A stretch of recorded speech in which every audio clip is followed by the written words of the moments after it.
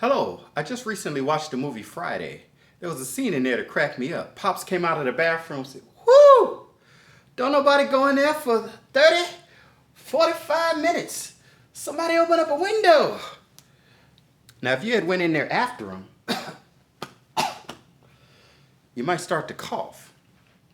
And if it continued, you might go to a doctor and tell him, "When I go in the bathroom after Pops has been in there, I cough a lot." Well, do you have any other symptoms? Yes, actually I do. In the winter times, sometimes my nose runs and I sneeze, and during that time I cough too. And now that I think about it, sometimes when I eat, if I'm drinking and the water goes down the wrong pipe, I cough at that time too. What do you think it could be? Well, I think you have the coughs. You have the coughs. I'm going to prescribe to you this cough syrup, and that'll cure that right up. Thank you. You may say, well, that's silly. The coughs isn't a diagnosis. Coughing is a natural response that our body has when it needs to clear our lungs. Psychologists and neuroscientists are starting to say the same thing about things such as depression and anxiety. While coughing is a physical response to our body, anxiety and depression are responses to emotional and mental things going on in our body. Anxiety is apprehension or uneasiness about the future. It's a natural response to a perceived threat. It's intended to motivate us to avoid danger. I've learned more about anxiety because for the past year I've been teaching a series, Seeking Wholeness. It's a Bible study class on emotional and mental health. And we did four 2-hour lessons I taught on anxiety.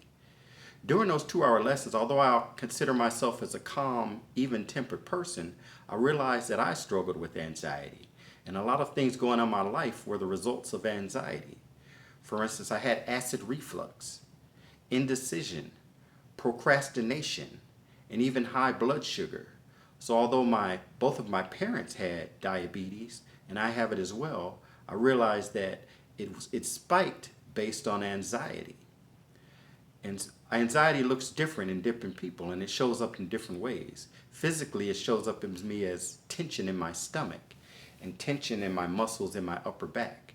But it looks different for other people. And sometimes it disguises itself as bad habits. It can even disguise itself as a good habit. So you may look like you're hardworking, but that's because you're afraid of failure. You may look like you're detail-oriented, but that's because you're always overthinking. You may look like you work well under pressure, but that's because you're procrastinating. Those are all symptoms of anxiety. Some people are more predisposed to anxiety than others. If you've had childhood trauma, if you experienced a traumatic event in your childhood, or even a traumatic event in your adulthood, you may be prone to high levels of anxiety.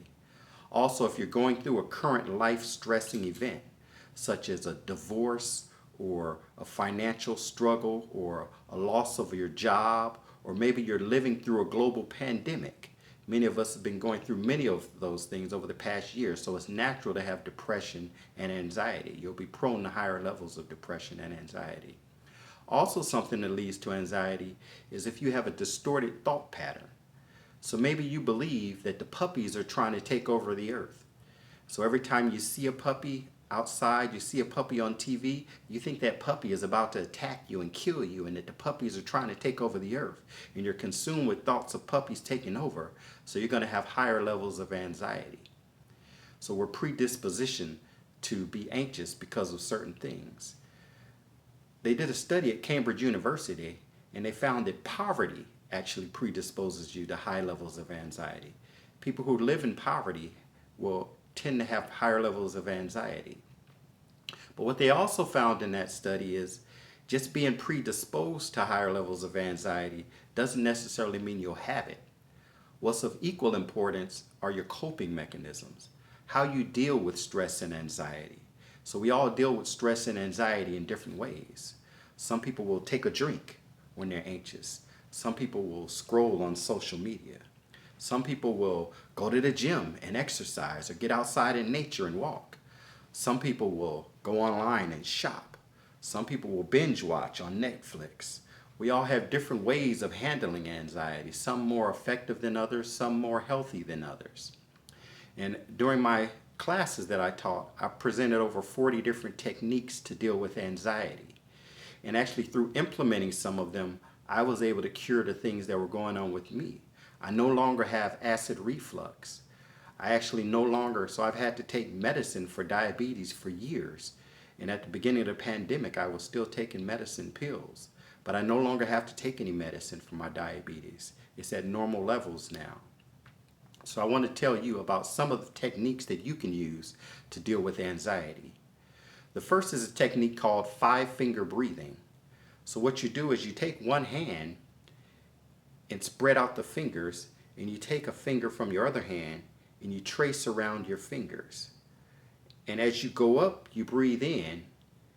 As you go down, you breathe out. So breathe in, breathe out.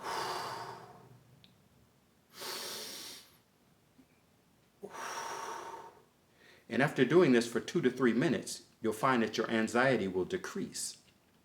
That's because it combines the physiological effect of breathing, which lowers stress, and it combines that with the multi-sensory activity of sight and touch. And so it sends signals and senses to your brain that crowds out your senses, and you can only focus on one thing at a time, and therefore you're not worried about the thing you were worrying about. Some other techniques include lifestyle changes. So exercising, if you exercise more, that will reduce your anxiety. Or changing your diet. There are some foods that will decrease anxiety, such as salmon, almonds, and various types of teas. One of the surprising things I found is that scientists have actually proven that prayer reduces anxiety. In a study, they showed that 16 minutes of focused prayer every day over an 8-week period changed the brain to the extent that it could actually be measured in a brain scan. Toxic thoughts were found to damage your mind, but prayer was found to heal your mind. So prayer actually renews your mind. Another thing you can do if you have indecision, social anxiety, if you have indecision, you have a hard time making a decision. You have to think about all the different possibilities and you can never make a choice. You never come to a decision. One practice you can do is to make a decision quickly and do it poorly. So a practical way to do this is when you're going to a restaurant. So next time you go to a restaurant, instead of spending 10 to 15 minutes milling over the menu, making sure that you see every possible option, just spend 1 or 2 minutes and decide, and just go with that. You know, you may find that, hey, I should have had the chicken instead of the fish, but what you realize is that the world won't end because you had the fish instead of the chicken. You know, it'll give you practice making decisions, and you realize that the world is not a bad thing, you know, if you don't do the right thing, and it'll give you practice making decisions quickly. Another thing that I found that really lowers my anxiety is when I finish making a speech.